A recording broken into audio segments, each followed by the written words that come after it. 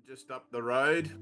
Hi, Annie. Hey, Deb. Hey, I'll be Gay. Hey, back. I'll be Noodle. back in 2 secs. I've got clothes on today. I'm doing this to you, Noodle. I know you hate it. I definitely don't hate it. I just don't know how to respond to it. It's an interesting Like this. gesture.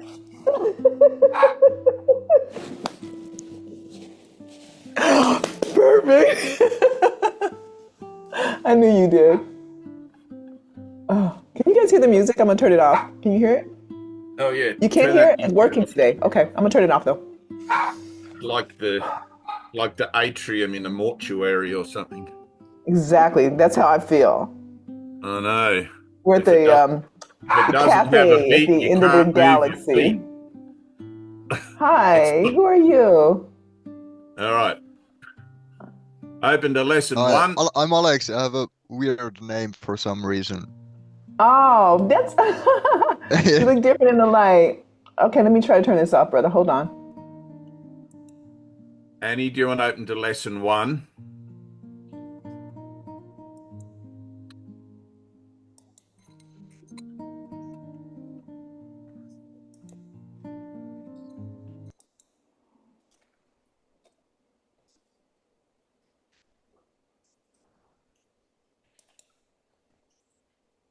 Are we talking about the review or are we talking about the whole thing? It's Carrie. Carrie looks like she's in a sauna.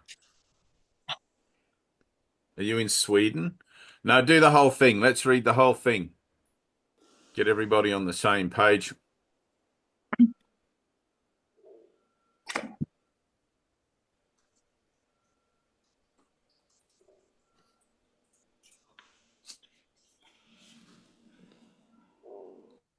It's Kevin. He's not in bed. That is a miracle. Oh, hang on. I've got to push the OK button. Yep, go for it when you're ready.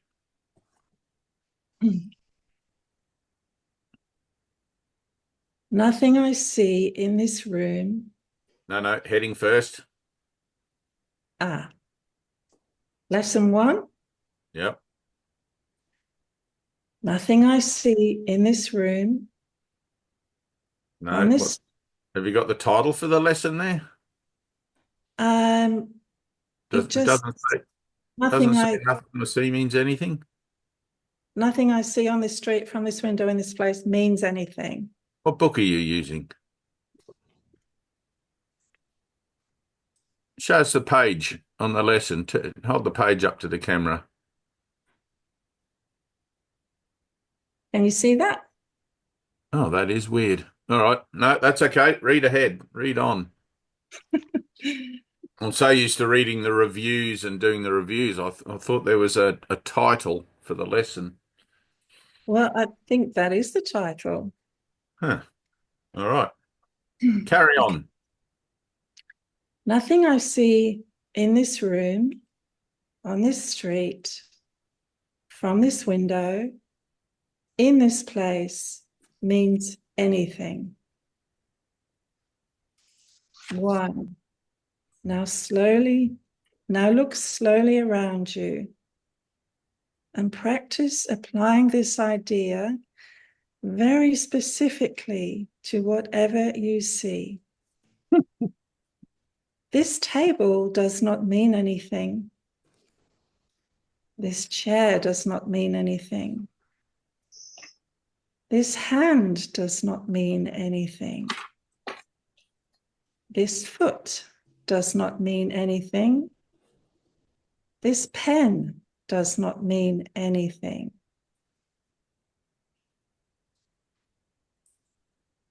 Then look farther away from your immediate area and apply the idea to a wider range. That door does not mean anything. All right. Stop. That'll do. Now, just reflect for a minute. How do you feel after reading those few lines now compared to when you first turned on your camera this morning?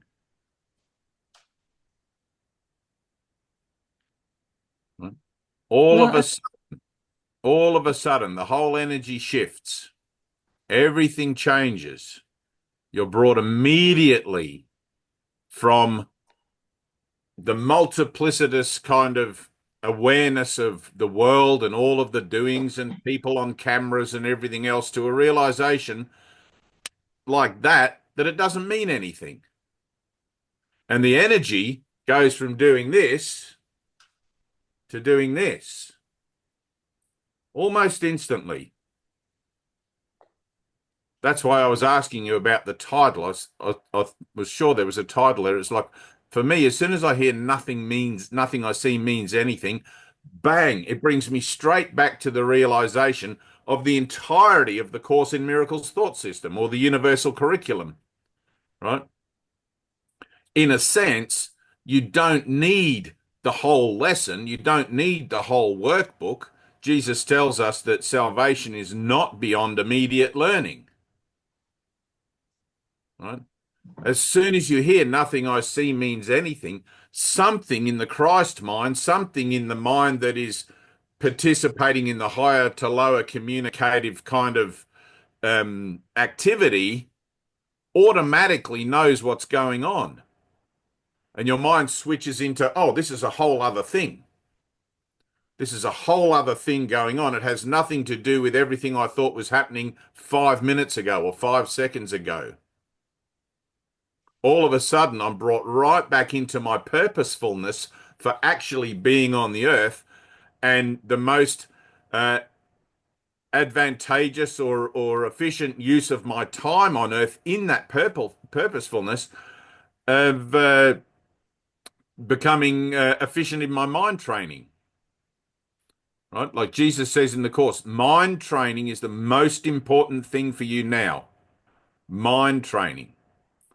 Because you're literally learning how to, one, align with the universal flow, and we'll just call it that for a second. Somebody sent me a Star Wars thing this morning. I thought that was very nice. It was a little just a little aside about the force and everything, but the universal force, we'll call it that, or God, we're learning to align with that and learning how to stay aligned with that in the moments where everything else in the multiplicity of the appearance of the world that seems to be out there is tempting us to engage with it as if it was real because of the meaning I've given it based on an old script, an old story that I now no longer have any use for. Right? All of a sudden, I've realized, hang on, I don't want this story about death anymore. I don't want this story about, I still have to accept the fact that I seem to find myself within the framework of that story, but I'm going to be now about my Father's business, applying the principles of my new purposefulness to bring myself into a greater accountability with my responsibility to the atonement, which is the corrective principle in that story of death, which will show me beyond shadow of a doubt through my own experiences that there is no death, which is what Jesus says all along since 2000 odd years ago. There's no death. And I love that sentence in the Bible. It's one little sentence. 4 words, there is no death. Another 4 words, you can never die. And that's going to be probably the most threatening thing that I'd say to you all day. You can never die. Because you're expecting to. Because the underlying premise of the confusion of association between identity that's false and identity that is true is heavily weighted, more heavily weighted on the idea and the belief that I'm a body rather than that I am God's son. Which is why mind training is the most important thing now. I'm never going to get out of that loop. I'm never going to get out of that cyclical kind of cause and effect relationship with myself based on my external reality without a miracle. I'm learning to become miracle minded through applying the lessons, but I can't take my finger off my nose and I can't ever step aside from the fact that it's always going to be the most important thing for me now in every single moment. Mind training, mind training, mind training. You can't be at peace and in conflict at the same time. Right? Which is why the decision to be at peace has to be resolute. You make that decision, and like the idea of being fed up with the world. It's like I was reading in Mark the other day. Rosie just came to pay me a visit and she took my Aramaic Bible. She takes all my books, so I can't even read it for you. But she took my Aramaic Bible and my companion how to read Aramaic, so I can't actually read it to you in the Word. She's taken my Keys of Enoch, all my course books, everything. So it's like I keep having to go to the bookstore and buy more books. But um, the oh, I lost track now. What was I talking about, Tina? Mark. Mark in Oh, the Bible. what did I read? I read something in the book of Mark. Anyway, it doesn't matter. But there There's no is no death. right. So we're gonna stick with the idea that there is no death today, right?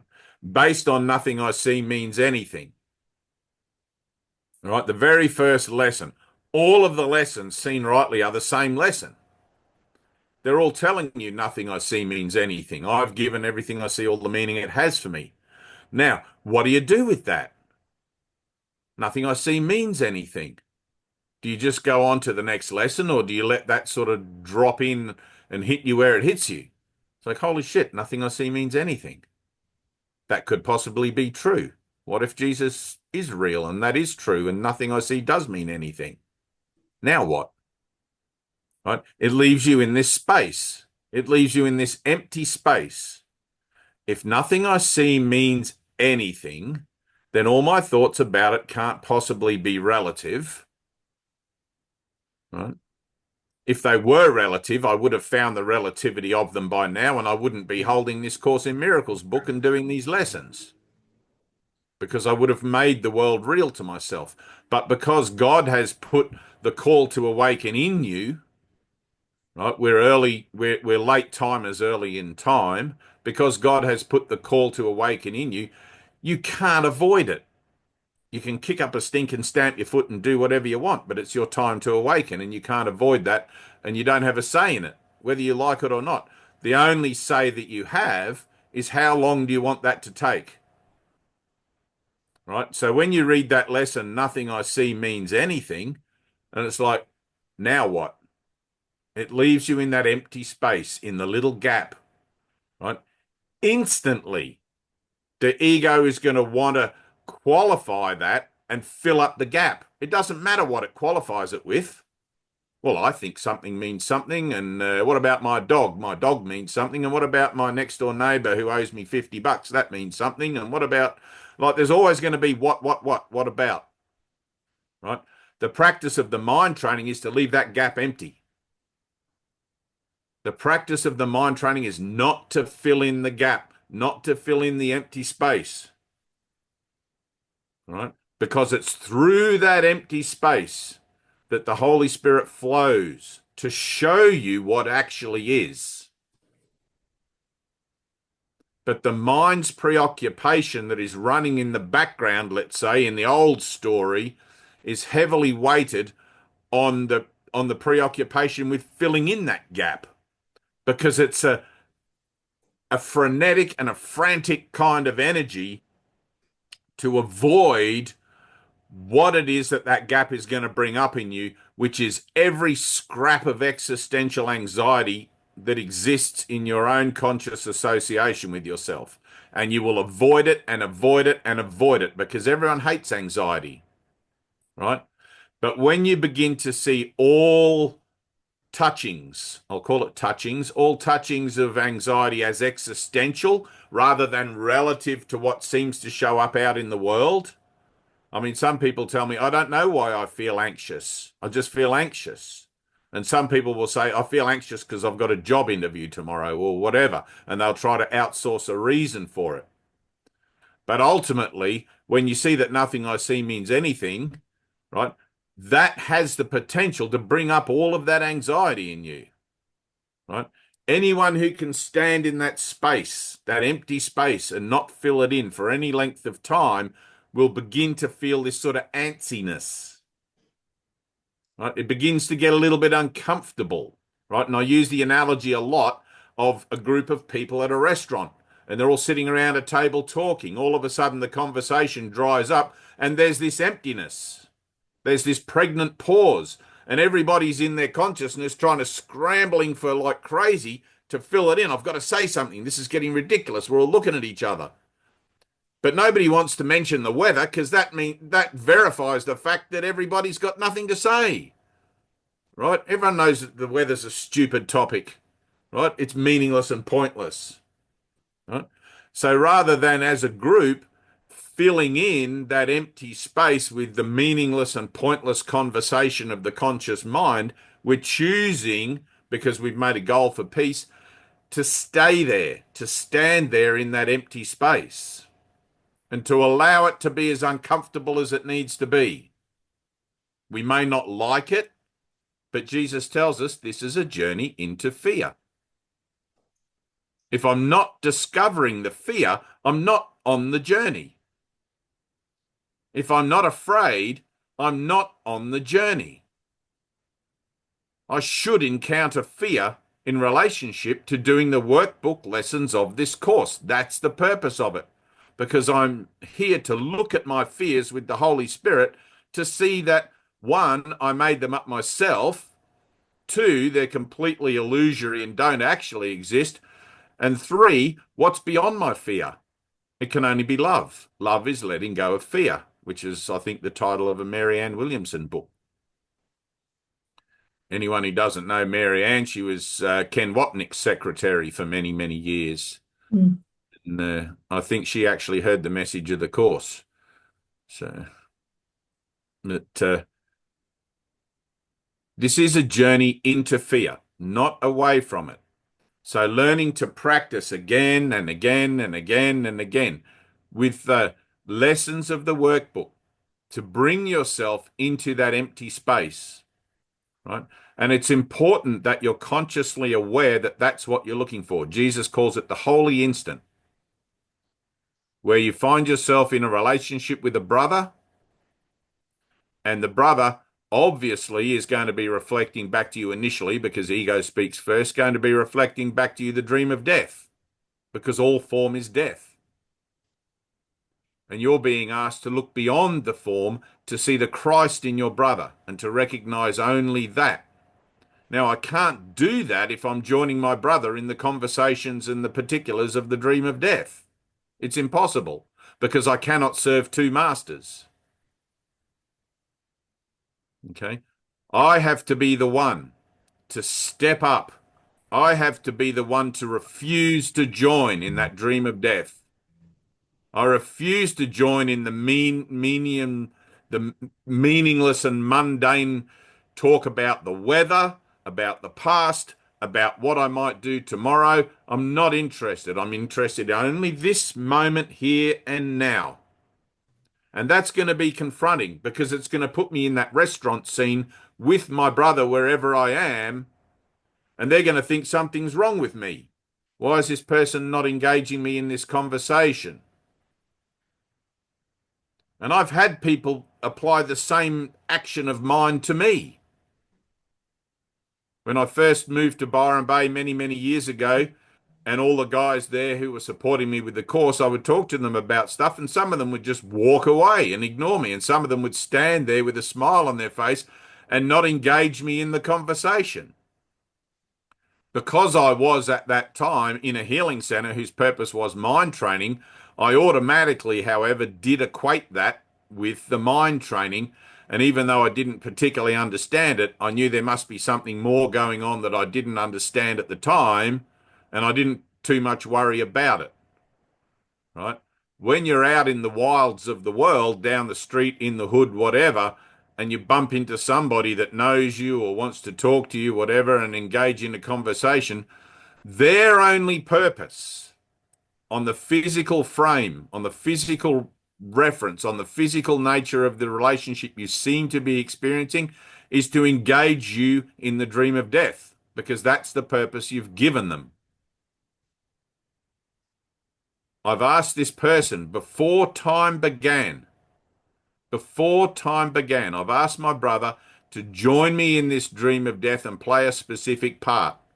All of a sudden, they show up, seemingly at random, at a time and place of according to the story we've written together, And they're going to come along and say, isn't it lovely weather we're having today? They don't know you've changed your mind about the whole story. They've got no idea. They're just turning up at their appointed time and place perfectly exactly as you've asked them to. And they say the lines exactly as you've asked them to, like actors in a play. All of a sudden, you either don't remember your lines, or something's happened and they don't know what's going on with the script, and there's this out of sequence time interval. Right? Jesus talks about it exactly as that in the Course, an out of sequence time interval. That interval offers change. That interval offers a whole new opportunity to change your story, and therefore the obligation to the story that you've asked your brother to participate in originally. Does that make sense? Now, in that moment, thumbs up from Zoe. That's great. We do that a lot in Australia. We have this thumbs up thing.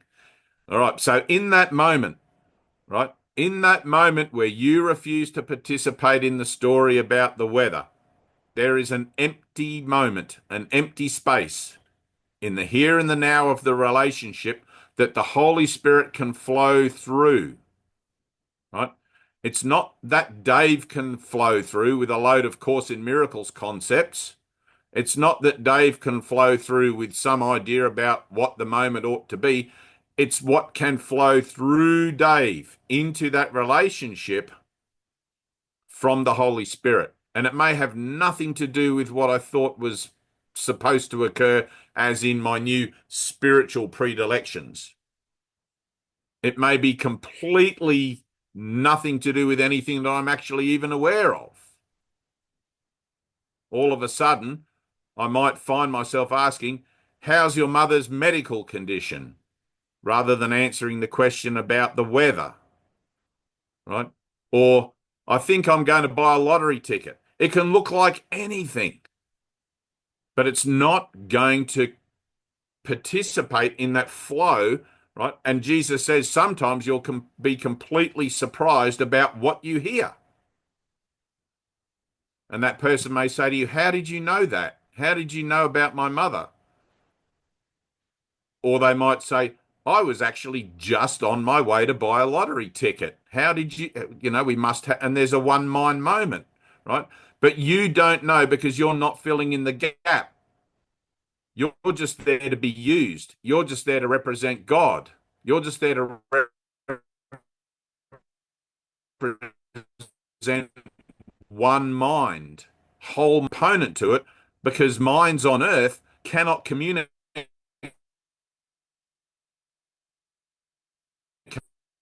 without the form and without the presence in the situation that's going on behind the scenes, the Holy Spirit, that is actually the important part of the relationship. Is that cool?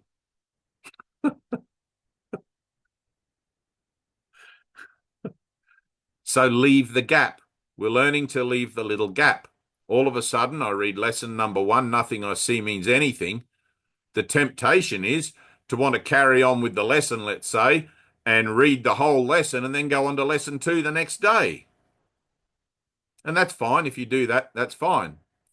But at a certain point, maybe in conjunction with the lessons, maybe has nothing to do with the lessons. You'll be out and about, you'll find yourself somewhere, and all of a sudden, because you've been participating in mind training, it'll pop in, and of your own free will, of your own little willingness, you'll make a decision. No, I'm not going to engage in that conversation. No, I'm not going to fill in that gap. I don't know what else I'm going to do, but I'm just not going to jump in there and say how I think the weather is, or how my football team did, or whatever the normal sort of expected kind of thing. Because there's a temptation that, like, because the ego always speaks first, it's like, I've already got it in my mind, and you can do this, you can check this very simply for yourself. I've already got it in my mind what I think my response is, whilst the person is still even asking the question. Isn't it lovely? And you already know the next word's going to be weather, right? You already know. It's like we are one mind in denial as also in wholeness. Right? If you were to examine your own consciousness and your own subconsciousness, you will very easily realize that the thoughts you respond to things with come from seemingly somewhere back here and are then brought into a mental awareness. And then you make a choice to sort of spit them out of your mouth as if it's the first time that, like, as if the body is spitting them out, right? But literally, they're already formulated back here, brought to the front.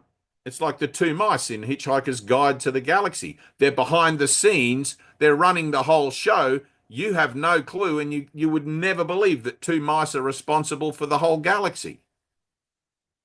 Right? But literally back here, it's all going on because it's already happened. We're looking at a dream that is already over.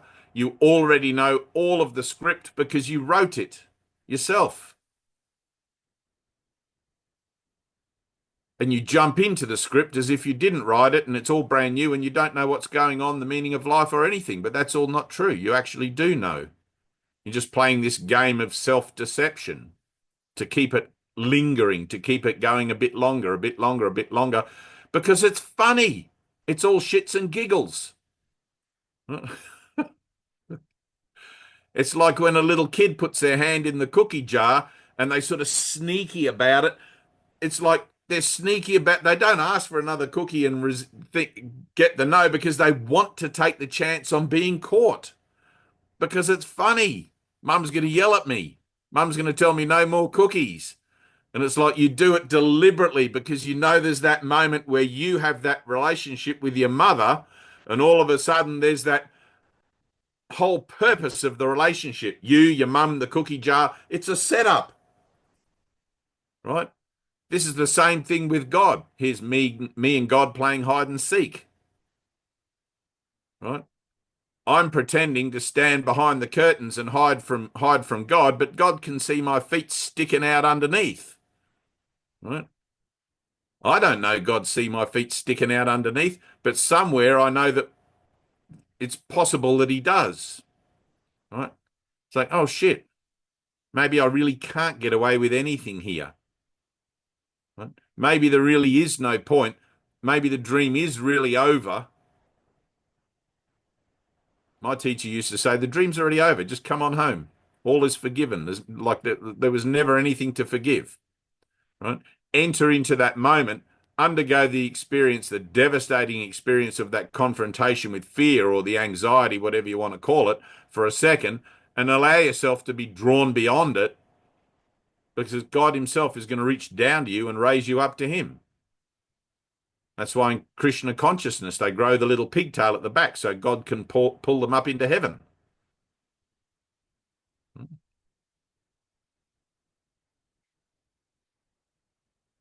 It's really all just a game. The rules of the game now is don't fill in the gap. It's like, oh, I keep forgetting that. I keep forgetting that rule. All right, well, more mind training, more mind training. Just keep reading, keep practicing. Read your text, do the lessons, you'll get it. And it's like, I'm sick of this mind training. Yeah, but you got to play the game. Like this is the anti-game. You know? If you don't learn the rules and if you don't learn to play by the rules, no one's going to let you back into the club. It's like, and it's the sonship club. And it's like you've got to learn to shut up. That's basically the bottom line. It's like, who's it? St. Peter at the pearly gates. When you get like I mean, it's just an analogy, but when you get to the pearly gates, let's say, and St. Peter's there, don't open your big mouth and tell him how it all was, because he's not going to have any clue. Right? God knows not of the earth. You just walk back in like you own the joint and just shut up, and just before you know it, like awakening from any kind of dream, you'll forget the dream in its entirety and you'll be back in eternity and you'll be so glad you were there you won't even want to try and remember your dream. It's funny business. All of this, like it says in the Course, all of time and space, the whole idea of separation, time and space being the symbol for it, but all All of separation is a tiny mad idea at which the Son of God remembered not to laugh. We're learning to laugh. We're learning to not take it seriously. Somebody talks to me about the weather. It's like, oh yeah, fuck yeah, here we go. I'm gonna apply my thing right here and create havoc in this moment, what seems to be havoc, by not answering the question and creating this very uncomfortable vortex, which I'm going to allow myself to slip into so that I can connect with the Holy Spirit in this moment. And people are going to look at you like you're crazy. It's like, no, no, no, I was crazy before. Now I'm becoming uncrazy. But it's going to take me a minute because I'm kind of a slow learner. It's going to take me a second to just hold that empty space open in my mind so that I can just listen to the Holy Spirit, right? So that I can be guided. But that comes through more and more fluidly as you go, right? The more and more you apply it, it's like the holy instant is incremental. It adds up. The more you experience it, the more you allow it to be there, because it is there, right? The more you allow it to be there, the more dependability it seems to offer you, right? It's accumulative. It becomes a stronger and stronger witness to the truth of you through the hearing and the expressing of the Holy Spirit, that guidance that you get every time you apply it. Don't fill in the gap. Right? Why would you react at all to figures in a dream that you truly knew you were dreaming? Your brother is not a body. You guys are the light with me, and I know that, but yet we still find ourselves circumscribed by the appearances of a physical world. So for a minute, we participate together in this mind training, and we hold Jesus's hand, and we go through whatever we have to go through to bring ourselves to a greater awareness of our true self, so that in our greater awareness of it, we can begin to offer that energetically to our world. Literally, the holy instant changes you. Literally, you undergo a conscious shift or a shift in consciousness. Right? Everyone's probably seen those bumper stickers, shift happens. Right? It's a true thing. As you begin to change, so your world begins to change along with you, because the world is nothing more than a projection of your mind.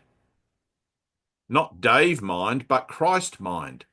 And it seems like I change it just ever so little, a little bit here, a little bit there. But when you're trying to crack the combination of a safe, one little tiny movement can make the difference between opening the door or not having the door open. Right?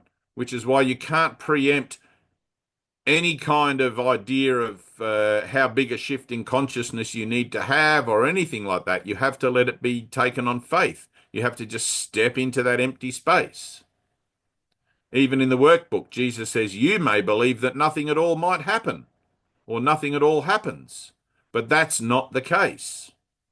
Even in your attempt to do these lessons properly, even in your attempt at meditation, more stuff is going on for you behind the scenes than you can possibly even be aware of. I sit here in time, right? I sit here in time and I think, oh, I spent half an hour in meditation, nothing happened. I didn't have any experience, blah, blah, blah. Or I spent 5 minutes in prayer. I don't seem to see the results of my prayer, blah, blah, blah. But what is 5 minutes? What is half an hour? We're talking about all of time and space. The ripple of the attempt even expands out through all of time and space and changes everything. Just because you're completely unaware of it or seem to be unaware of it, that's only because your mind operates in slow time. Right? Who is the thing saying I'm unaware of it? What happened? Did anything happen? I spent an hour in meditation today and I'm not aware that anything happened. Who's asking whether something happened? The dream figure or the Christ mind? The Christ mind knows exactly what's going on. Exactly. It already knows the truth because it is that.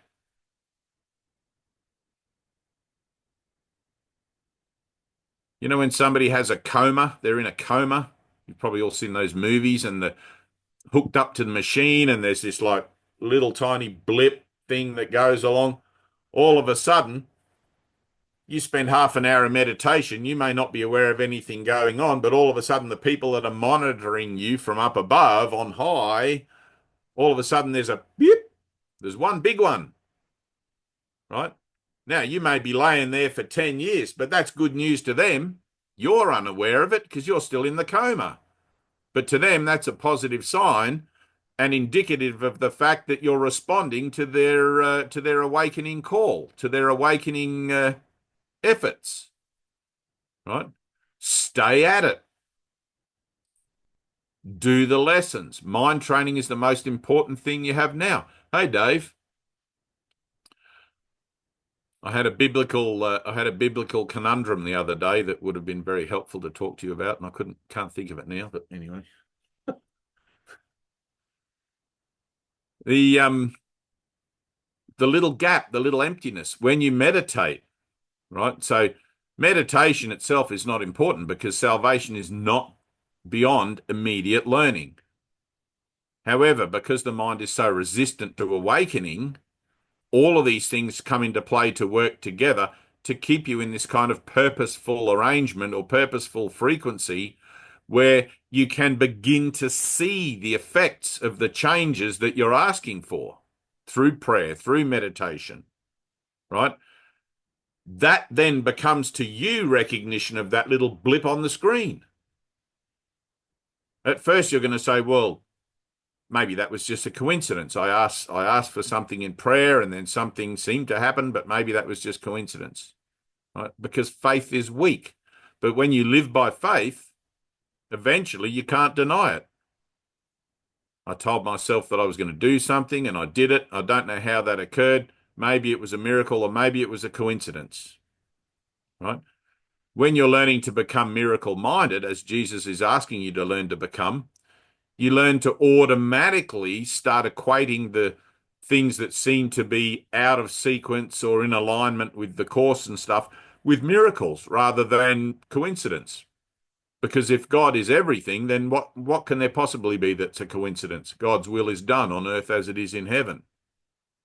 All that's happening is you're learning to witness to God's will, to the will of God in your own life, to the will of love in your own life. In this world, witnessing to love looks like witnessing to the, let's call it successful for a second, but witnessing to the successful process of healing the mind, becoming closer and closer to God, becoming closer and closer to the awareness of God's presence in your life as you go. Unless a man lives by faith alone, he shall not enter the kingdom of heaven. The kingdom of heaven is literally a mind at peace, a heavenly mindset. A mind at peace is able to see the Christ in all beings, all living things. A mind that is still in examination, that is still in judgment and arbitration of the world around it, sees nothing. You have eyes but don't see and ears but don't hear. This is why mind training is your most important thing now. You're learning to become susceptible to the subtle frequencies that underlie the appearances of form that are all around you. Everything carries a signature, an energetic signature. You can call that signature emotional weight if you want to. Some relationships seem to carry more emotional weight than others. Generally, people experience that in moments of loss, in moments of separation, and you realize how deep it hurts, how empty you suddenly feel again. Some relationships carry very little emotional weight. Just a passing, seemingly casual, hi, how you going? Bye, see you tomorrow. No loss felt. Right? There's hardly any sort of thing. You may wander down the street from that interaction thinking to yourself, oh, I really like that person, blah, blah, blah, and have some sort of input about it, adding to the emotional weight that eventually will occur. right? Because the world is a place of loss and scarcity and death when you no longer see that person again. But every relationship, rather than just existing on the surface, hi, hey, going, nice day, isn't the weather lovely? You're learning to lean in, to feel that relationship, to feel the holiness, to feel God's presence in that relationship. Because everything is holy. Everything is holy. And if you have a problem with the relationship or a grievance or anything, well, there's even a remedy for that, and we call it forgiveness, so that you can again begin to feel the holiness of the relationship. Because everything is God. Everything is God, on earth as it is in heaven. It's not waiting for God. We're not waiting for Jesus to come back. You are that. You are the Christ being born and have already been born as that. It's not like you have to become something. You're already it. It's like I'm just remembering, oh yeah, that's right. My feet are sticking out from under the curtains. God can see me. It's time to stop playing hide and seek and simply come to the acceptance that I've been found. I was lost, but now I'm found. I mean, Jesus can't make it any more obvious. Here, I found you. Look, here, and I'll give you this book. Do the lessons and you'll be able to prove it to yourself that I've found you. No, you haven't found me, cries the child from behind the curtains. No, I'm still hiding. You can't see me. You know how little children are, really small children? They hide because they can't see you. They think you can't see them. That's how their mind works. They're completely innocent. Lest you become as little children, you will not see the kingdom of heaven. You are innocent. You're innocent now. It's the unwillingness to accept that innocence because you think there's something you have to earn or you're guilty or whatever because of past stories, etc., all of that, that keeps you from the recognition of your innocence. I'm a total arsehole and I'm innocent. I'm a sinner or I'm a saint and I'm innocent. I'm a good person or a bad person. I'm still innocent. In this world, it's always going to be some kind of association, whilst I seem to have the use of the body. Doesn't mean I'm not innocent. I can be rotting in jail for mass murder. I'm still innocent in the eyes of God. It doesn't matter. God knows not of the earth. Right? In my own association, I'm either seeing love or I'm seeing my own call for love in me, not in that other person, in me. Right? Because I wouldn't see suffering at all. I wouldn't see sin, guilt. I wouldn't see that at all if I was seeing with God's eyes, if I was seeing the beauty and the sinlessness of the truth of my brother. And that's all I want to see. Right? And when I want that in the true sense, it's not like wanting something I don't already have. It's more of an acceptance of what's been offered, what's been given, what is already held out to me by God. I want to live in the truth so that goodness and mercy follow me all the days of my life, and I can actually live in God's blessings as my daily experience. I walk around completely blessed all day.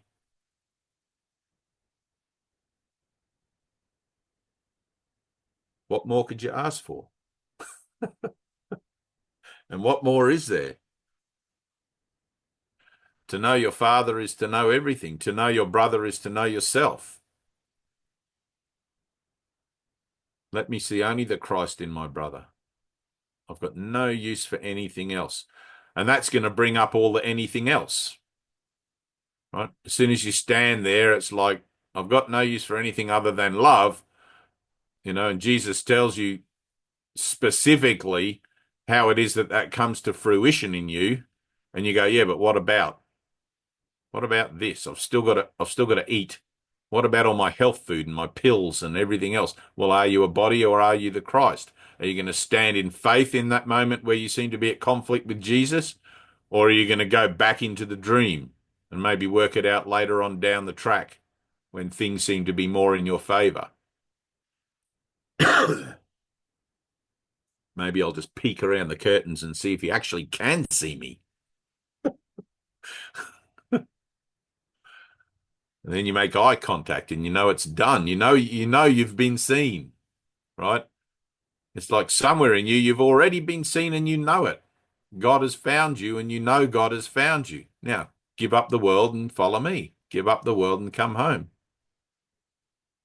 Let go of all these ridiculous goals at being successful, getting more money, having better relationships, all this stuff that just goes on and on and on and never fulfills you, and have an experience of what actually is calling to you to be fulfilled in you, which is your awakening. Jesus went into the desert, drew a circle, 40 days and 40 nights, to be tempted by his temptations, not by something outside of himself, because there isn't anything. He knew that. He knew there was nothing outside of himself. He was one with God. But he also knew he had to be purified before he could start his ministry, and he had to put an end to the temptations that he had. Drew the circle. He was tempted 3 times, I think. Where's David? He'll tell me. 3 times, 4 times, or whatever it was. He was tempted by the devil, which is the idea of his ego, and became purified. He underwent what he had to undergo in that moment. That's what we do when we undergo our moment of not filling in the gap. In a sense, we're doing a mini version of Jesus's 40-day in the desert. And it might seem to be a mini version of it just in the street, just talking to someone who wants to chat about the weather. No, I'm going to draw my circle. I'm going to stand in my circle here, and I'm not going to be tempted into this conversation of stupidity, because I'm telling myself that I want something else, something other than this. Right? And the only way you can have something other than that is not by your own making. I need God to tell me how to react. I need God to tell me what to say, where to go, what to do, who to talk to. And that becomes a state of mind of total God dependency. What do I say here, Lord? I've had this conversation 1,000 times. It seems very familiar to me. It seems to have the same energetic signature of the mundane and boring life that I'm telling myself I'm sick of and that I want a miracle about. But yet, am I actually willing to front up to it and play my part?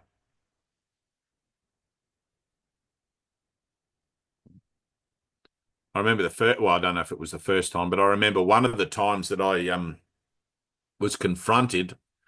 I'm sure the person, well, maybe they did know, but one of the times when I was trying to have a conversation with somebody who was one of my peers and very much above me as in my own perception of things, as someone who'd been a right hand of Armici for quite a long time. Whenever she came to Australia, he was her attendant, and very, very proficient in spiritual acumen and knowledge and everything like that. And I tried to have a conversation with him, and he just held space. He just completely shut down as far as I was concerned, wouldn't respond to my conversation, which later I realized was stupid, and wanting to talk about spiritual things. And he was silent. And everything in me went, what a fucking asshole. What a bastard. Like, what a fucking, what a pompous prick. He called me out without saying a word. And it was later I became completely grateful. It's like, wow, that guy just showed me the true power of my mind. That brother played their part perfectly for me. And I especially didn't like him at the time because he was a bloody prim, proper little prick. You would call him a silver spoon kind of boy, you know.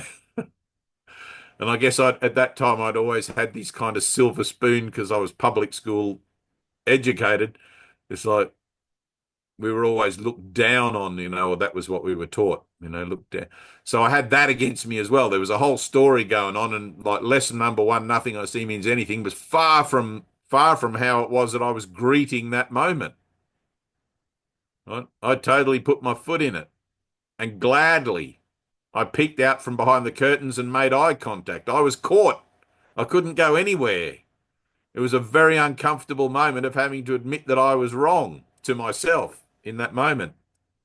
Not wrong as in doing the wrong thing, but wrong as in my whole idea of what my purpose was. And I learned from it. Right?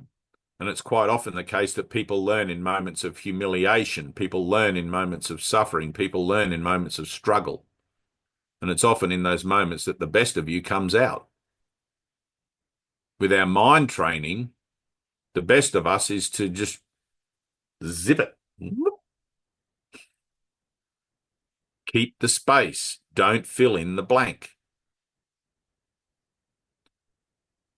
And each of you is going to see yourselves in that scenario, see yourselves in the everyday scenario now, wherever you go, and you're going to get to see whether you actually apply it or whether you're called upon to apply it in the very next moment of interaction with somebody that you have. The temptation is going to want to be not to rock the boat. Let me just say, yeah, lovely weather. Yeah, hope it doesn't rain, whatever my usual responses are. And I'm just using that as an example. But because fundamentally we're telling ourselves we just want peace, the idea that, well, if I don't rock the boat, I'll have peace. This person will go away and then I'll just carry on with my day. Right?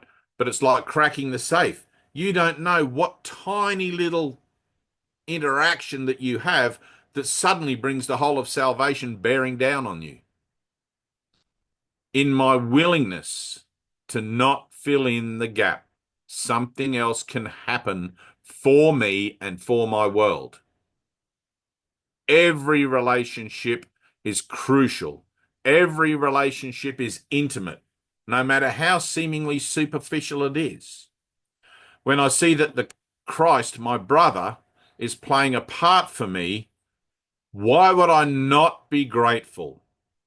Why would my heart just not leap from my chest to embrace them? Thank you for playing this ridiculous, mundane part for me over and over and over.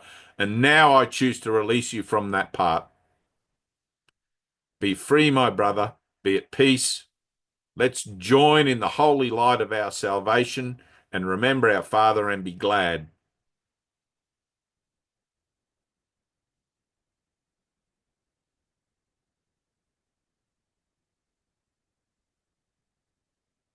That's what's on the table. That's what's before us. Nothing I see means anything. Don't fill in the gap.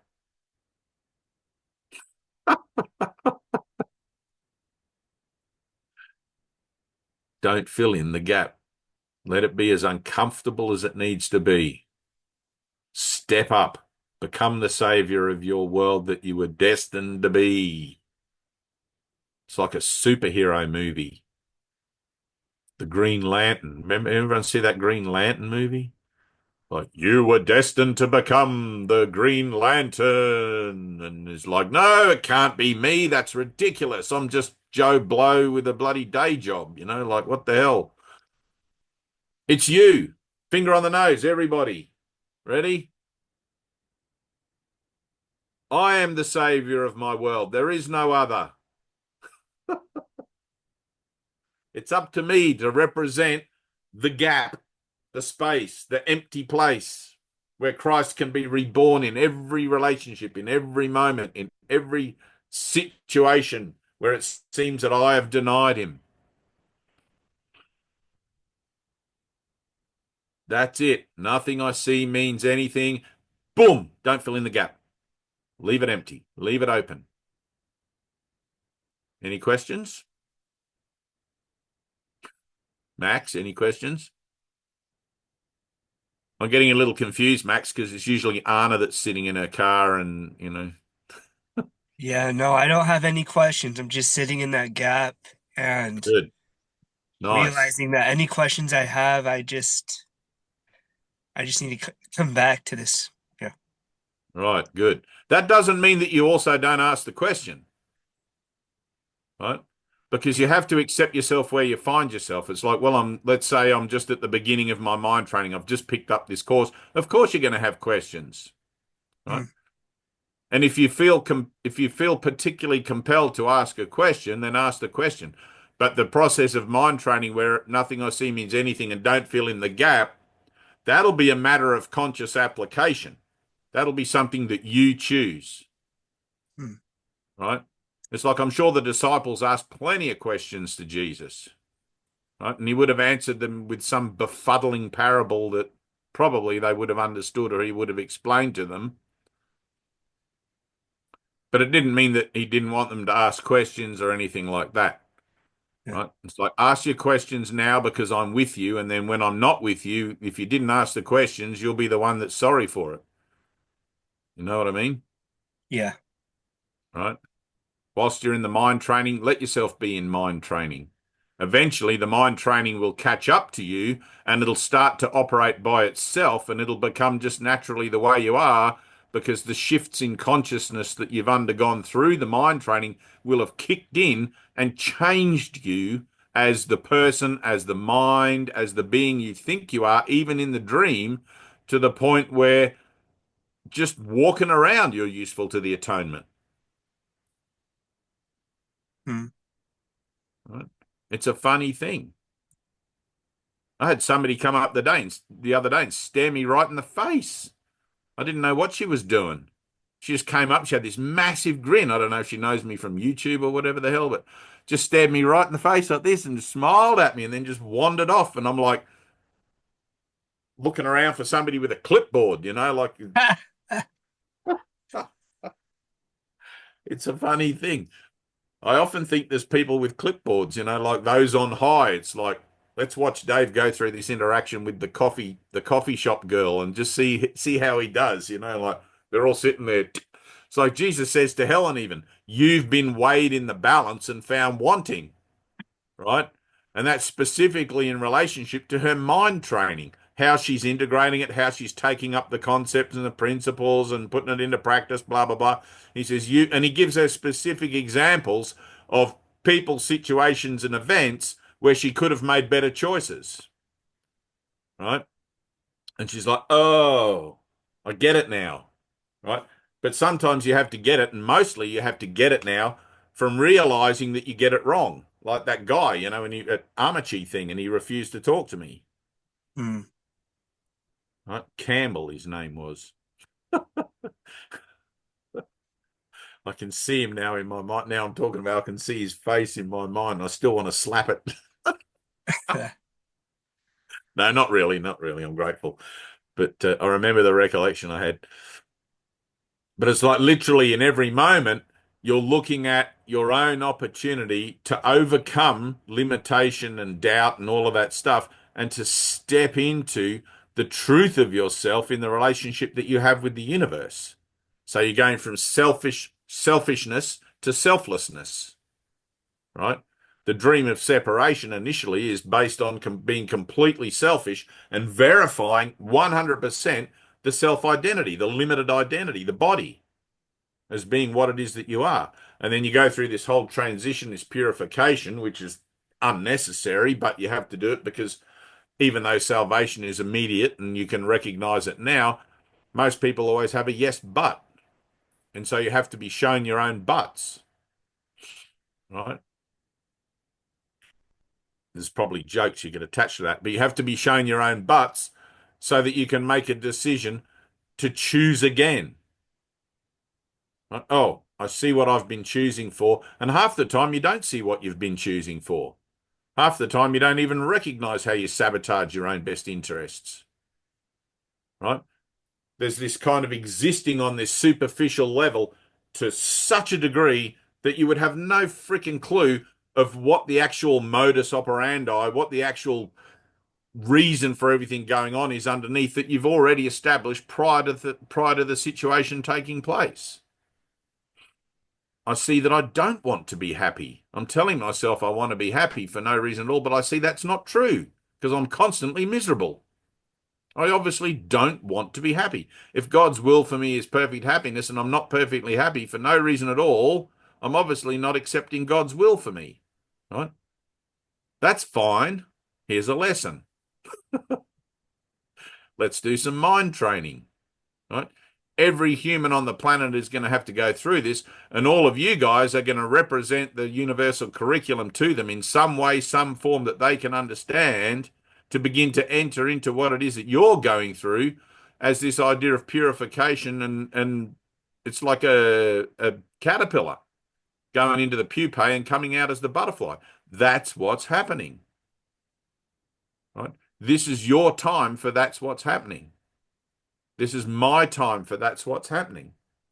I see that I'm in that chrysalis right now. Jesus is telling me that mind training is my most important thing and that I have to participate. Participation is mandatory. Right? You cannot not participate in salvation, because ever since 2,000 years ago, when somebody, call him Jesus Christ if you want, ascended from death, that is the frequency of the continuum. You're literally living in the resurrection, and you'll be dragged into it kicking and screaming or laughing, whatever it is. But it's your choice. I can choose to fob this whole thing off. Nah, there probably never was a Jesus. This Course in Miracles, it's just some crazy book some mad woman wrote in a mental hospital. And yeah, that's all true. There never was a Jesus, and there never was a Helen Schuckman, all of that. It's just a dream, just an illusion. But it's like, where do I find myself in all of that then? How is that helpful to me, just to fob everything off that seems to be being presented for my best interests? I could at least give it a go and see if I get a result. I remember Ted talking that we had some, what are they called? The Mahayana Buddhists. I think that's how you say it. A couple of Buddhists turned up with a friend of ours many, many years ago at session. And Ted, anyone that walked in, Ted was always very direct and would confront them directly. I don't think in that day he did, but on the next day he talked about Buddhism and just spiritual path in general. And he said something along the lines of, if you're looking at a spiritual discipline and you're applying a spiritual discipline and you're not having any kind of result with it, get out of that and find where it is you're meant to be. Right? It's like, this is experiential. If you're doing these workbook lessons and no changes are occurring, then step out of it for a second. Figure out where you're meant to be. Maybe something else has to occur first, right? Maybe there's another thing that you're meant to look at.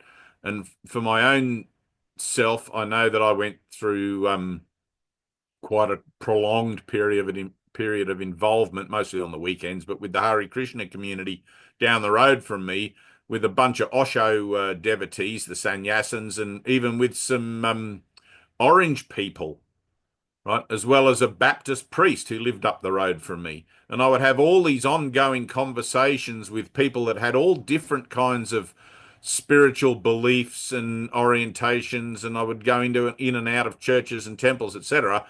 And I realized the core of them all. The core of them all was talking about love. Right? It seemed to be that some of them had very weird ideas about how to arrive at that point. But I couldn't judge it because I hadn't arrived at that point. I thought, all right, but it didn't feel like it was for me. I remember sitting with the Brahma Kumari. I went every, what was it, Wednesday or Thursday or something. Once a week I would go and do meditation with the Brahma Kumari. And I went there like every day for like 4 or 5 months until finally I realized I loved the form of meditation with the open eye around a candle and all of that sort of stuff. But the doctrine was fucking ridiculous. It sounded like something a kid made up 1,000 years ago, and it's been passed down like a Chinese whisper, and everybody's got it wrong ever since. It just seemed pointless that only 99 souls goes to heaven, or whatever their thing was. And so I moved on, and I moved on, and I moved on. Right?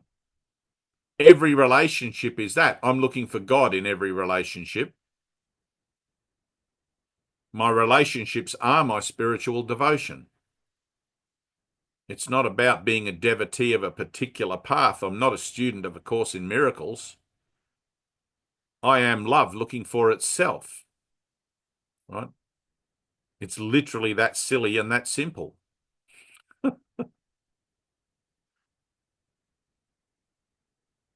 There's part of me behind the curtain that knows that I'm making eye contact with God all the time.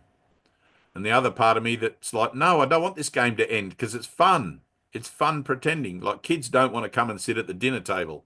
They want to stand behind the curtain until they're too tired to stand up and go to bed. Right? Welcome to being human. We're just a bunch of little kids telling God no. No, no. I don't want to eat my peas and carrots.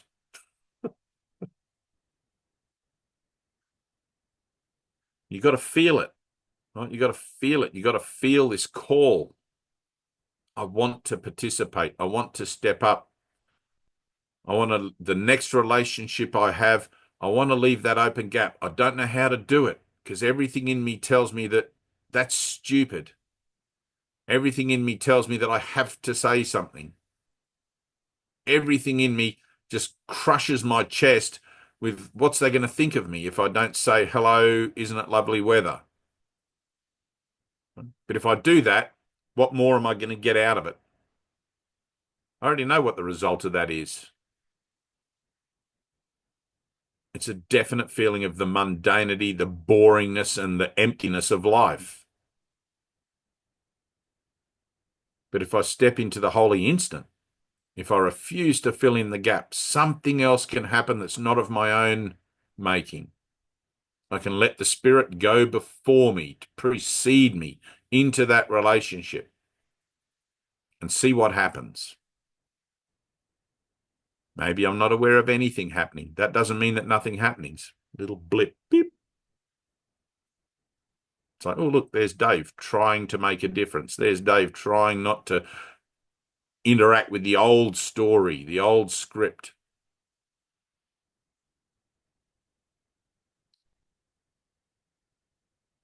But it takes that you make the decision and honor that you've made the decision. Remember that you've made it. I choose for peace, and I choose to remember that I made that choice for peace. In this world, that looks like representing God, representing the Holy Spirit in every relationship rather than my own ego, which is that voice that always wants to just speak first.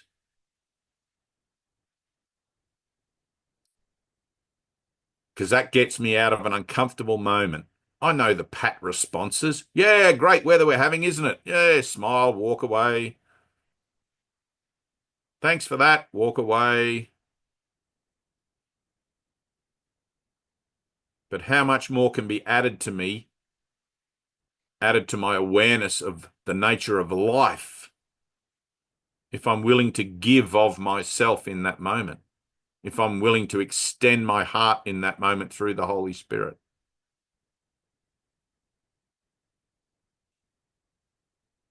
What's that going to look like? Being more intimate with somebody. Of course it is. Well, that's going to be awkward because I'm only used to being intimate with people that have special relationships with me.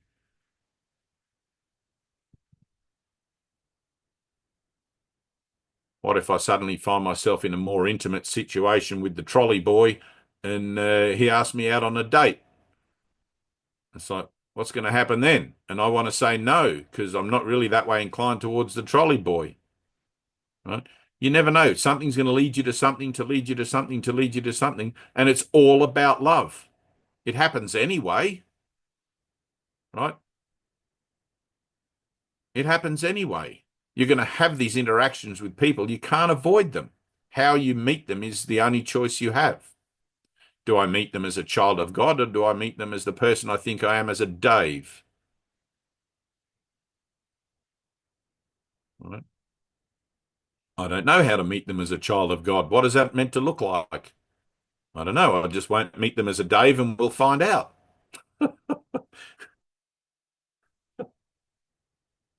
I refuse to let Dave jump in there and represent himself, and we'll see what happens. What's the worst that can happen? I feel like a twit. So be it. If I feel like a twit, then don't defend myself. Yep, I'm all the twits there are. This was my dream, my idea, and it was a dumb idea. Thank God for Jesus to get me out of it. It's a tiny, mad idea. What do I expect not to be a twit? All my hubris has to come tumbling down. All my ego, all my vanity, all everything. It's all got to go. My job is to return my mind to God's as it was given to me. Peaceful, sinless, guiltless, perfect, all of those sorts of things. And to live from that all the days of my life.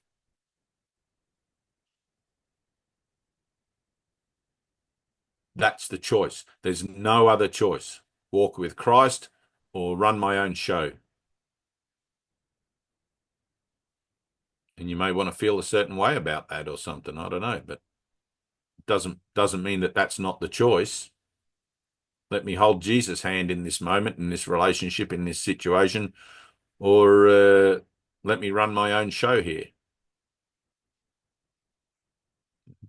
Clipboard, someone pops up from behind the bushes. Tick.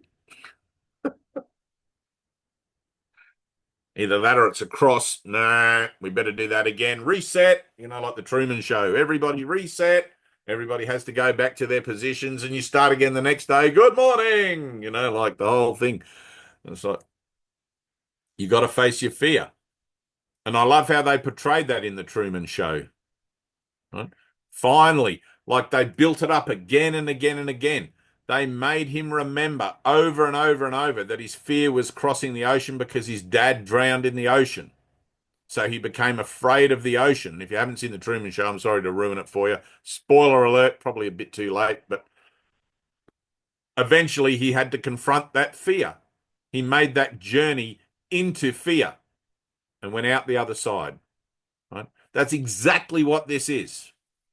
When Jesus says this is a journey into fear, we're going to look for the blocks and find them.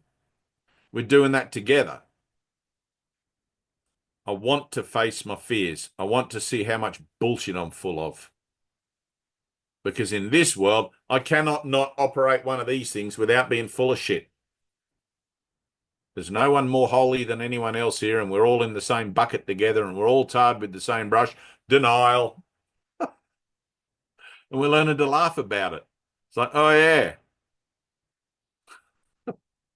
I'm part of the human race here as well as the divine association or the divine relationship that I have with my Father, and I'm learning to choose in each moment which one of those I want to be my reality. In the world but not of it, or in the world and bite the dust. It's not a really hard decision to make when you see it, but actually stepping into the active component of making that decision is, like all the talk in the world's nothing. Like you got to be about it. Listen, learn, and do. Listen to my voice, learn to undo error, and do something to correct it. Right? Listen, learn, and do. Jesus even says the motto of the Course in Miracles is listen, learn, and do. Listening and learning won't get you out of it. It's the doing, the acts. Anyone ever read the Acts of the Disciples? It's the acts that have things that it's like when you actually do something, you're actually learning, right? Because experience is the teacher, not concepts. So when Jesus sent the disciples out, holy shit, we're casting out demons. We're prophesying in the name of Christ. We're doing all these things that Jesus told us we were capable of, but didn't have the faith in ourselves alone to believe about ourselves, which is why he sent them out 2 by 2. Where 2 or more are gathered in my name, there I am in the midst of them. Right? It's like literally 2 minds that make a single decision become so strong that what they choose is the will of God. You cannot make a decision without your brother. Right? In the absence of a physical brother, use Jesus. He's always listening. He's always got his clipboard and his pen. Tick. And he doesn't judge. Get rid of this. There's something dinging at me.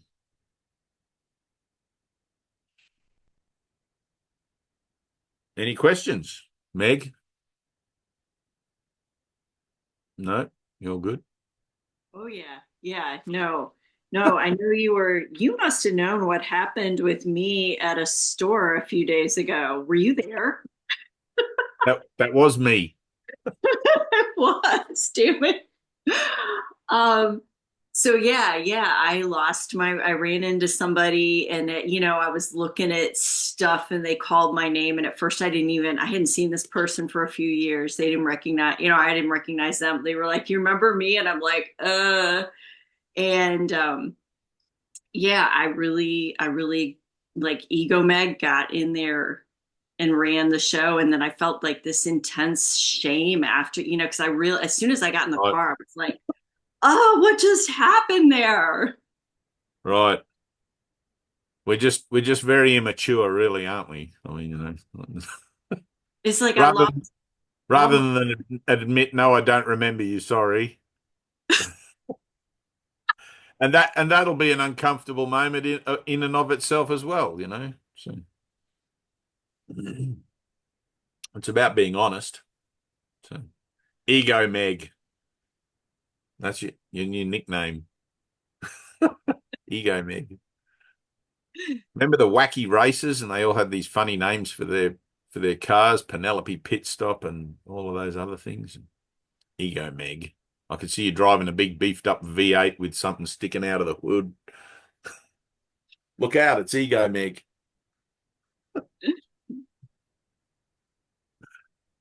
Yeah. All right.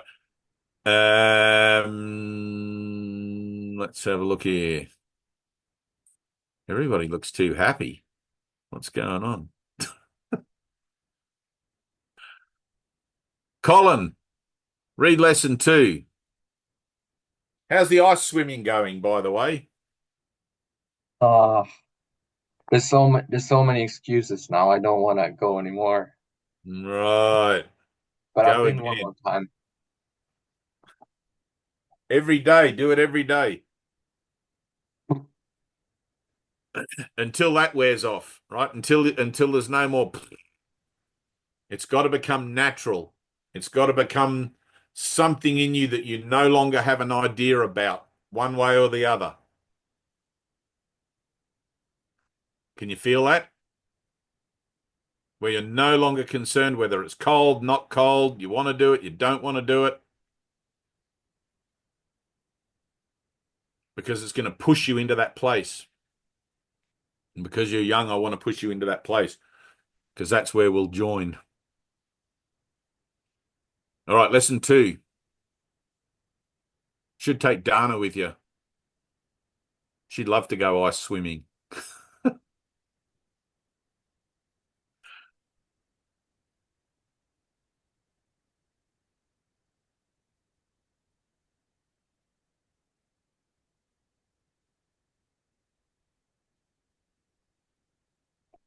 I have given everything I see in this room, on this street, from this window, in this place, all the meaning that it has for me. Including the ice.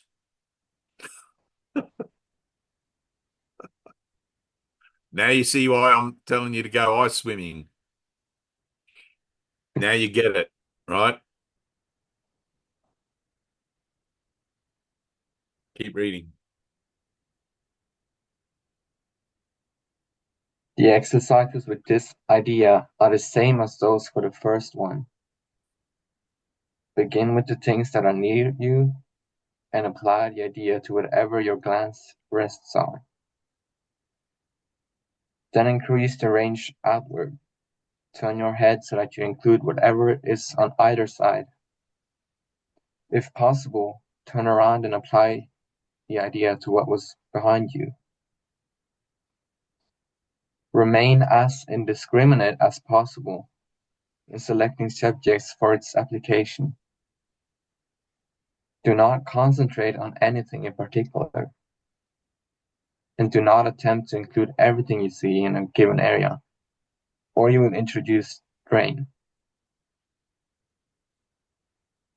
Merely glance easily and fairly, quickly around you, trying to avoid selection by size, brightness, color, material, or relative importance to you. Take the subjects simply as you see them.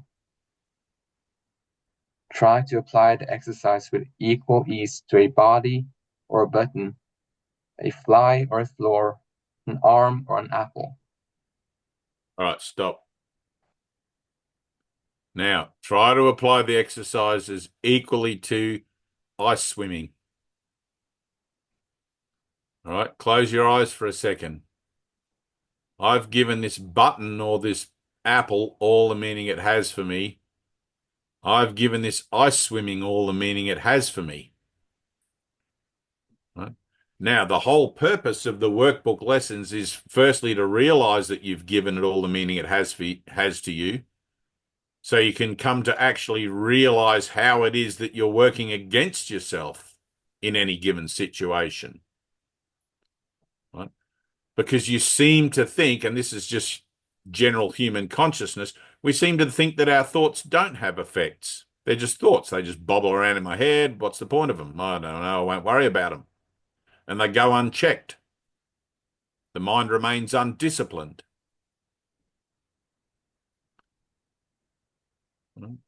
When Jesus says, I've given my thoughts all the meaning that they have for me, he means every thought. And all of a sudden you're going to think, well, this is going to be a long process because I seem to have this incredible amount of thoughts going on in there. When am I going to get to the end of them? They seem to just never end, right? All you're looking for is one thought, one relationship to apply this to, and it'll tip the dominoes. You've seen dominoes when people line them up and they push one and it just tips onto all the rest. That's what you're looking for. That one holy instant, that one moment to kick off every other instant and show you and realize within yourself, holy shit, something else just happened there, and I'm going to call it a miracle. Something happened to show me that I'm not bound by the meaning I've given my thoughts. I don't have to be afraid of them. I don't have to continue to project my fear out onto the world. I can look at it. I am strong enough to take this on board and stand with the Holy Spirit and not fill in the gap. Because literally all power on heaven and earth is given to you. And if I was to use the idea of swimming in the ice water, it's like there's a guy called Wim Hof. He doesn't think twice about it, but I'm sure the first time that he did it, right? And it's an extreme example. And I'm giving you the extreme example, Colin, because you have an incredible power within you. And you're learning to tap into that incredible power as a conscious presence of self, or a present sense of conscious self, however, if I'm explaining that rightly. And it's good that you can see, like it's helpful and healthy that you can see that you have all these excuses now. That's the whole point of it. Where's Dana? It's like when Dana realized, it's like, what was the lesson I gave you? And you realized actually you were full of shit. Right? And all of a sudden, and at first you thought, oh yeah, oh yeah, oh yeah. And then it all started to come up. Right? Ice swimming is the same thing for you, Colin. Exactly the same thing. You don't want to. If Jesus said to you, Colin, your salvation looks like ice swimming every day for a week, you'd be like, no worries, Jesus. I can do that, right? It's an idea. But because I'm telling you in this relationship that we're having here, Colin, ice swimming. You're like, oh, I don't know about that. There's no holes in your hands. Right? But literally your brother is your savior. You're my salvation and I'm yours. We're all in this together. It's one thing. It's a joining, right? The difference between me and you is in the appearance of differences at this time, one of us seems to be further ahead than the other one. Right? So Jesus says that the whole purpose of relationships on the physical plane is that you both come out of the relationship further ahead than when you went in. That's my commitment to you. I'm saying I'm going to turn up here in this circle and you're going to turn up here in this circle with me. And together we're going to undergo whatever we seem to have to undergo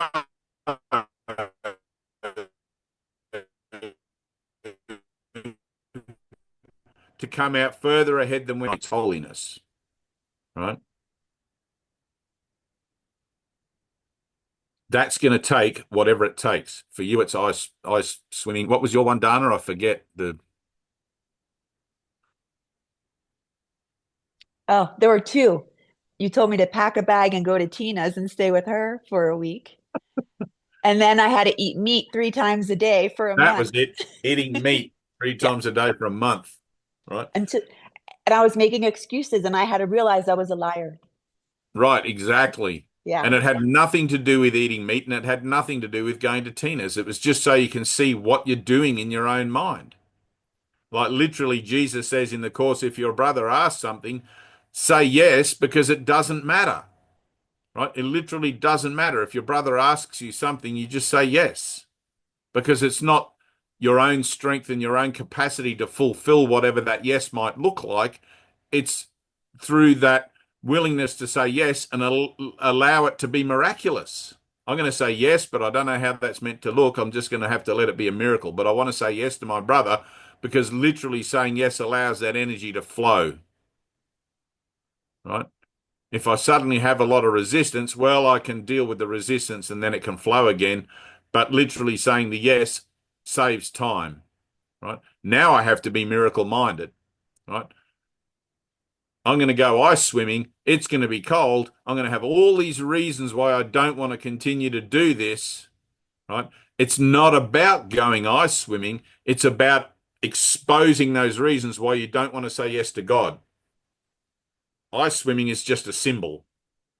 It's just bringing up resistance. It's bringing up the falsity, right?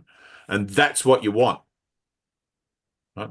If I said to you, oh, well, go and climb Mount Everest or whatever, that might seem fun at first. It might seem like an incredible thing to want to do in life as a milestone or a bucket list thing. But literally in the process of climbing Mount Everest, it's going to bring up all your worst fears and all your resistance, and it's going to bring up everything, right? It's never about getting to the top of Mount Everest. It's about what it brings up. It's about the journey, right? We got music coming from somewhere. Where's that coming from? Someone playing music? Oh, gone. So, like, I've given what I see all the meaning it has for me, right? You remember, Colin, have you seen The Matrix? Yeah. All right, remember the scene where he goes to see the Oracle and there's the little girl and she's floating stuff or bending the spoon, whatever it is. And she said, don't try to bend the spoon. That's impossible. Remember only that there is no spoon. Right? Now, for you, there is no ice. Don't try to swim in the ice water. That's impossible. Well, it's not impossible, but it's freezing cold. There is no ice. Right? And one of my favorite stories about this, it's in my heart, my favorite is like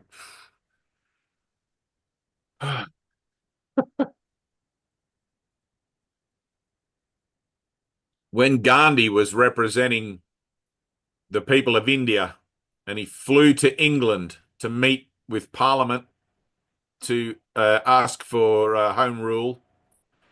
He got off the aeroplane at Heathrow. It was cold. It was wet. Everybody had coats and jumpers and everything on and hats and the whole thing. And he was wearing nothing but his little dhoti cloth, right? Like a nappy. He was wearing his little loincloth from India. And one of the reporters who was at the bottom of the staircase when he came down the airplane said to him, Mr. Gandhi, aren't you cold? And his reply was, I'm too busy thinking about God to be cold.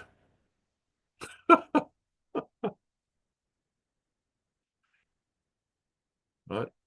That's the state of mind. All of the other things that get in the way are the opportunity to heal, are the opportunity to forgive, to release, to let go. There is no limitation in you. You are a child of God. Whatever it looks like.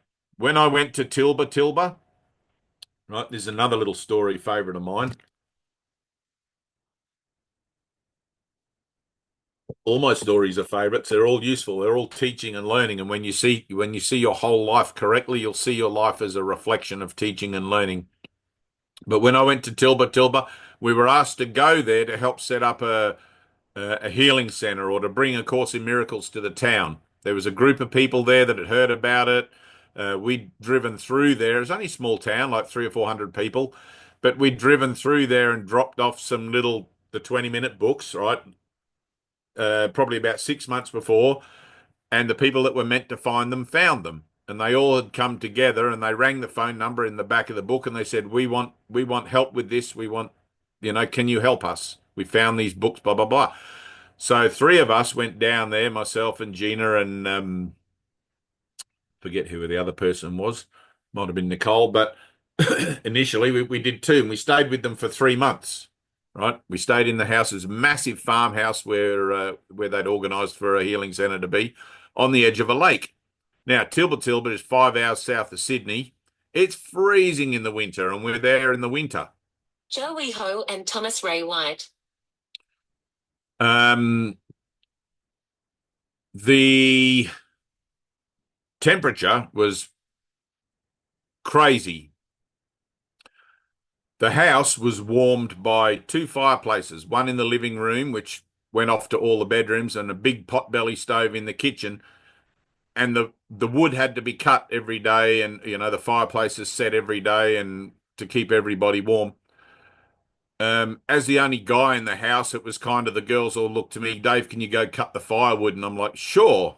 And I'm outside in this blistering cold, and being on the edge of a lake, the fog and it was so cold. It was bitterly cold.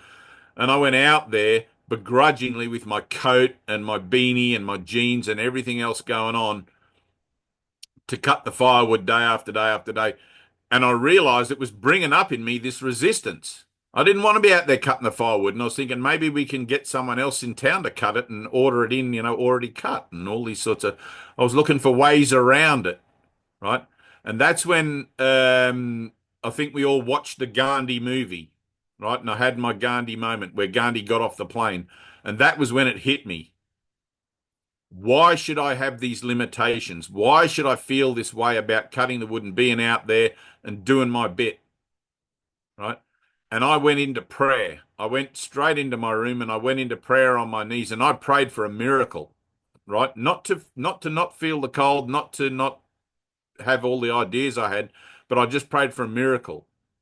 I knew that God was watching. I knew Jesus knew what I was about, right? I just asked for a miracle. And then the next day, I went out to cut the firewood wearing a pair of shorts and a singlet top and a beanie, I think, and my shoes. I didn't feel the cold at all, right?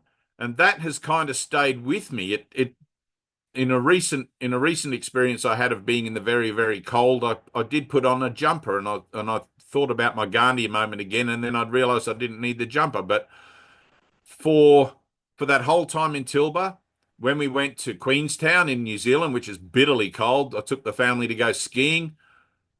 Everybody's wearing big jumpers and jackets on the ski fields and around the town and everything. And I'm wearing a singlet top and my jeans and just some thongs. And I'm thinking to myself, I'm still in my Gandhi moment. I'm still getting the result of my prayer. This is brilliant. And like I'm really loving it and enjoying it. And people are looking at me like I'm a Fruit Loop. Like I must have come from the South Pole or something. But it was literally the confrontation with that whole thing. The dominoes all toppled. And wherever I go now, I don't seem to feel the cold or the heat. Right? Both sides of that yin yang coin have been dealt with. There's moments that I have with it, and it's like, really, really, really? Do I really want to buy back into that old story? And then it goes. It's like Wim Hof. the idea that he would swim in the ice, and then when he gets older, let's say, I'm just making up a story here, but when he gets older, he might be like, oh, no, I'm not going in there. That's cold, But he's not going to forget that there was a time where his mindset and his mentality didn't even think about the Nori. cold. Getting everybody here ringing me. So once you have an experience of being outside of the idea of limitation, I guess it doesn't really make sense to go back into that idea of being limited by the same sort of thinking, and that's just a process of mind training as well. You sort of come into a maturity with it, and you come into a familiarity with it where it just starts to become natural, and it just starts to become your natural. You don't even think, it's a state of being, literally walking with the Christ all the time. And I know that seems quite domestic and quite mundane. It's not like Jesus walking on water or anything, like healing the lepers or anything like that. But this is what we have to work with in our everyday lives. It's like the miracles can be incredibly domestic and incredibly seemingly mundane, as much as talking about the weather.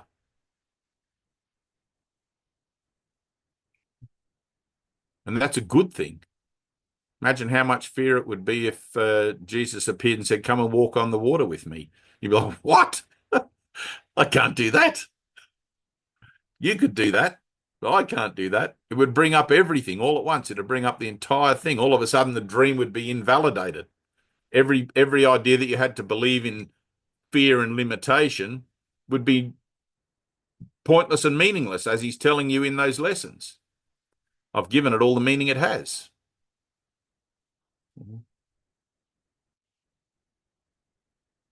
Noodle.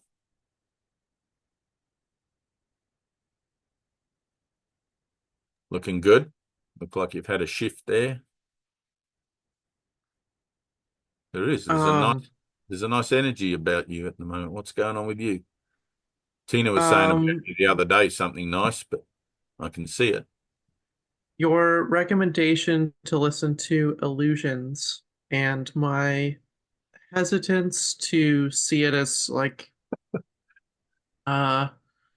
accessible, I suppose, within the physical world, and my brain kind of categorizes it as like, oh, that's an interesting story, but then I'm trying to put the pieces together and be like, oh, nothing, I'm just holding on to the idea that physical reality is a thing, and I'm like, oh, that's really interesting.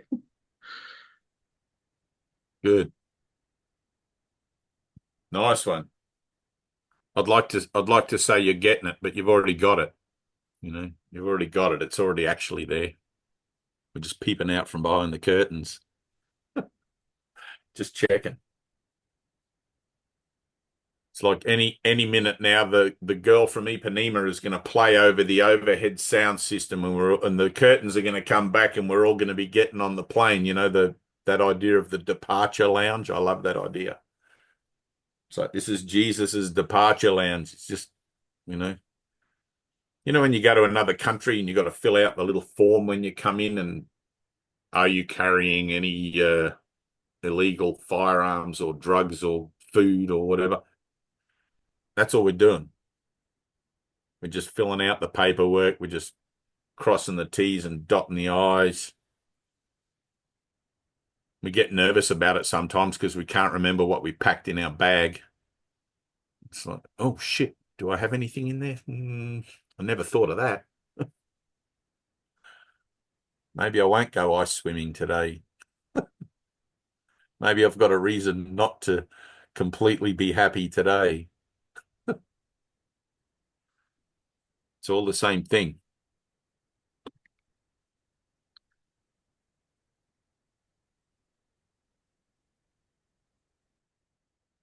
Any questions? Anyone got anything?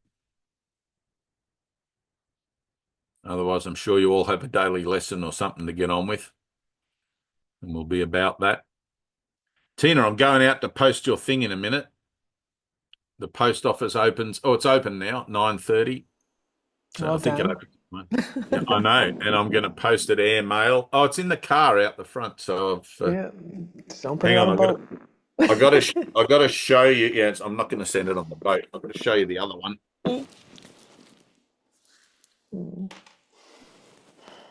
I made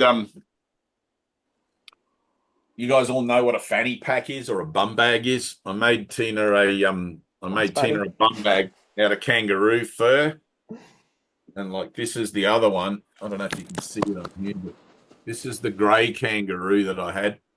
It's even softer. It's Oh, it is just so soft. Like, I want that one. I know, right? I know. Start over. It's It literally has to be perfect. as soft as the whole spirit. Oh, that was for me. Anyway, that's it. I'll frozen. Oh, it's my connection. If anyone needs any of those 20-minute books to hand out, etc., holler at Tina, holler at me if you're down this neck of the woods. Holler at me again too, because I think I've done a few and I forget a lot. So. Yeah, I know. I've got one there, I think, somewhere, and somebody's asked me for some books, and I've lost their who they were and what they were asking. But anyway, we'll get it. So, all right, love you guys. Nothing else? All good? Before you go, Tina, before everybody goes, do lesson number 3. Right? And you can read that one. I'm going to talk to some real estate people. Leave a gap. Oh, this is a good one. Okay. All right. Before we leave, lesson number 3.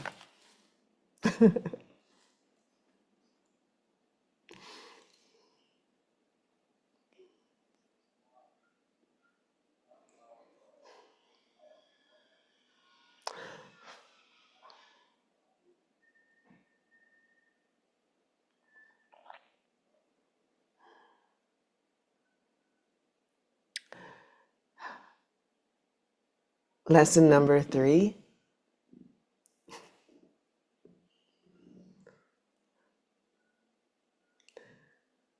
I do not understand anything I see in this room, on this street, from this window, in this place.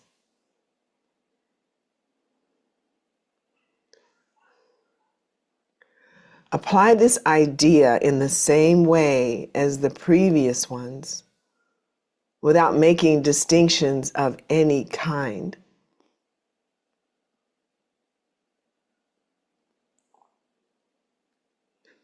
Whatever you see becomes a proper subject for applying the idea.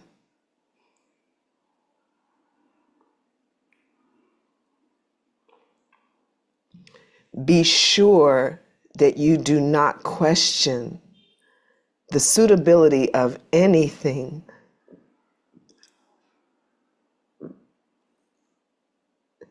for the application of the idea.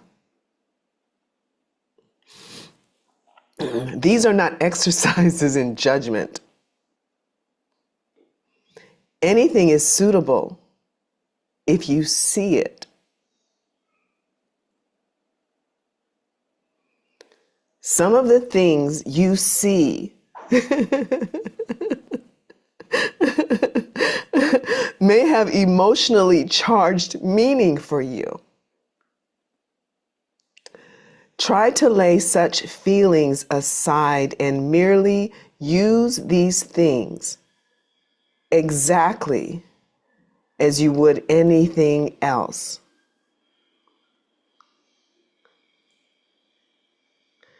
The point of the exercises is to help you clear your mind of all past associations, to see things exactly as they appear to you now, and to realize how little you really understand about them.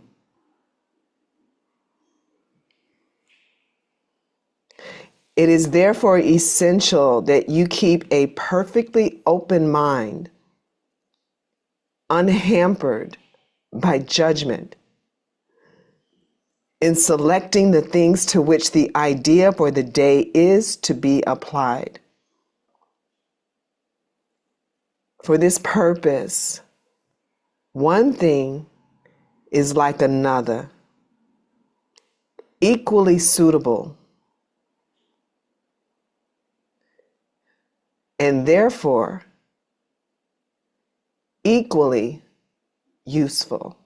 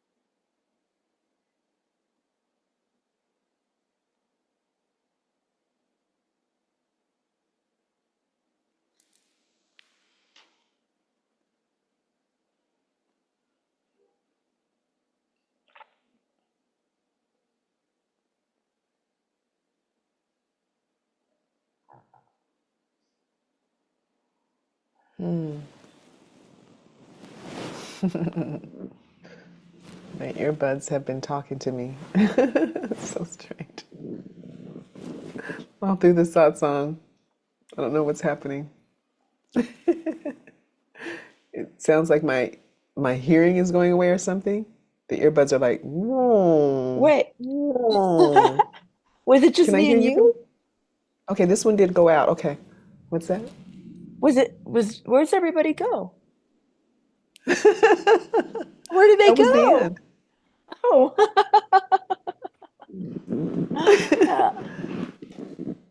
I love you. I hear things. What?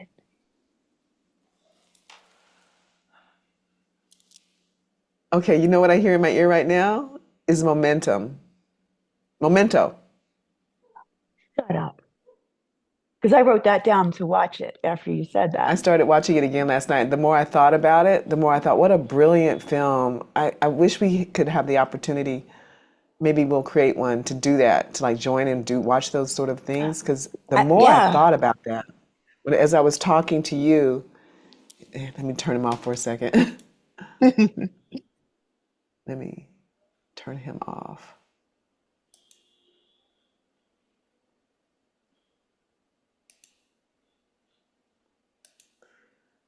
That the whole film, is shot in reverse.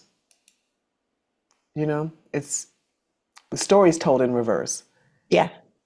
told from the end of the film to the beginning of the film. I remember And watching it, and when I left, I'm like, I didn't get it.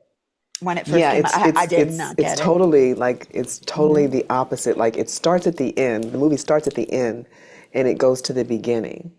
And it's really brilliant how he's done it. So when I first watched it, I watched it as like a film person, Right, ooh, right, that's right. really interesting. But when I think about it, as I was talking to you about it, I was like, how interesting. It's like, how we talk about the script is written. You're just going back and you're choosing who you're going to watch it with Yes. now. And then Yes. then the carpet gets rolled up. It's the same thing in that film. And you see like wow, it's just so much in it. His decisions. And it seems like it's an unconscious decision because he's in the Oh, activity of yes. forgetting. Yes. He can only remember for a short period of time. But each time in that short period of time, there's a decision that he can make. And it's real slight and it's real obvious at the end, the very last decision, the guilt is too much. So he chooses to forget the truth. Like he finds out the truth Uh, and chooses and he deliberately was like, no, he knows he's going to kill him. In that split second, he knows the truth, but he also knows he's going to forget. So he doesn't want it to end. He doesn't want it to end. He doesn't, the guilt, it's like uh, such a brilliant film. And again, I thought about it as when I first saw it, like, right, oh, what a brilliant film. But right, now right, it's like, right, what right. a brilliant, Brilliant, like, brilliant. yeah, like the story of awakening or I'm the gonna watch that tonight, I or think. separation. You know what I mean? Initially, it is so much guilt, and he just is. Oh, this is such a good film. I started watching it again last night. I thought, oh wow, yeah. I'm gonna watch it too. And then I know I sent you that. It's so stupid, but that Simon Cowell thing where the old man goes up and then he turns it. For me, it was like, that's not who we are. Like, for whatever reason, seeing like Mm-hmm. that's what happens to a body, but I'm not a body. So I don't, that was Right, really right, that for whatever weird right. reason. I just thought that was really cool. It was cool how they did that. Yeah. Yeah, yeah, Yeah. yeah. Yeah. Did you get my Again, yeah. message? You might not have I listened to it. not no no no. I did get it, and then I couldn't listen to it. I don't know what was going on. I only heard like a little bit of it, and I was like, okay, I'm Yeah. going to come back to it. That's why I Yeah. didn't put any response to it. But Yeah. Yeah. I heard part of it, and it was really amazing. The first part about your witnessing and The seeing. mesmerism fell away. Yeah, beautiful. Yes. And and Yes. and and it's like don't rest.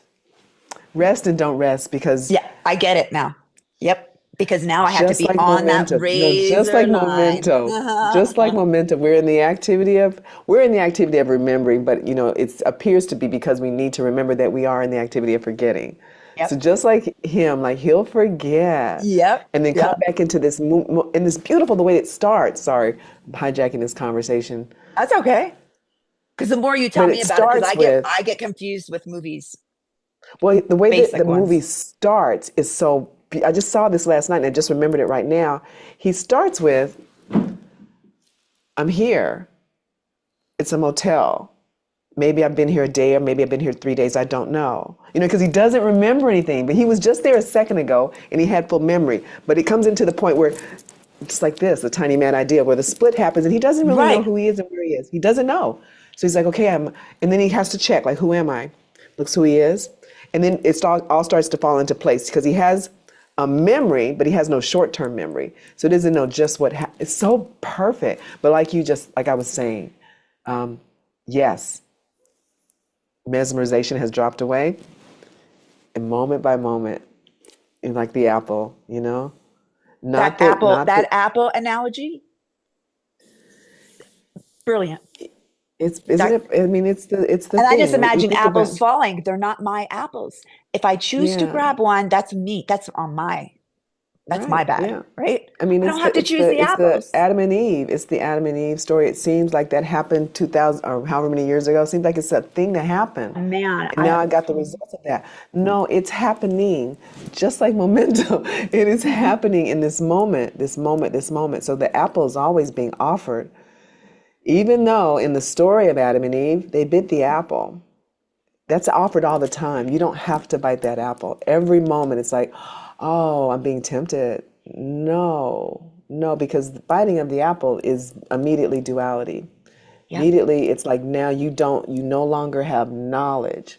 You don't have that Yeah. anymore. You have Yeah. duality. You have judgment.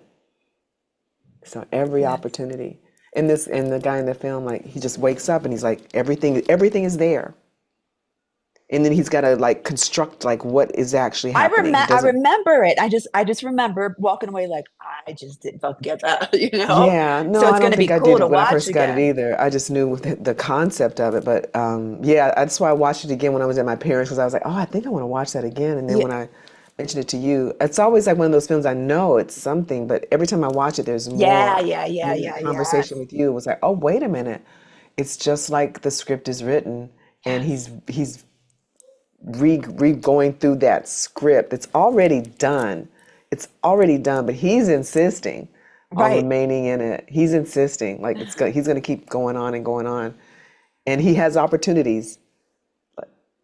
It's very slim, very slight to And choose again, misses and it. Yeah. well, sometimes when he found out the truth is when it was like, there's another film like that which is really powerful. It's Black Mirror. It's That sounds. Man versus Fire. Black Mirror the series. It's so good. I Is it don't on know. I think it's maybe Netflix? it is. It's like season.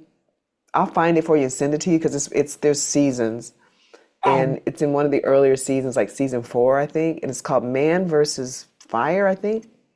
But it's beautiful. It's just again, it's a story of transformation, story of the split mind. Oh, they call the enemy roaches, and the ego has blinded them. It's just the whole thing of the story. Like they're totally they see what the ego wants them to see. So there is an enemy Ah, out there, but it's only because they've been they're told it's an projecting it. enemy, Yes. and they do see it. And then Holy Spirit comes in. There's a moment where it's like the guy can see, and now he knows that they're not that. But then he has to make a choice. It's so powerful, and the way that the ego continually coaxes them into doing that. Every night they go to sleep, and they dream of how many of these roaches that they kill, like what they will gain by. It's just so powerful. Anyway, I'll send that to you too. Okay. Okay.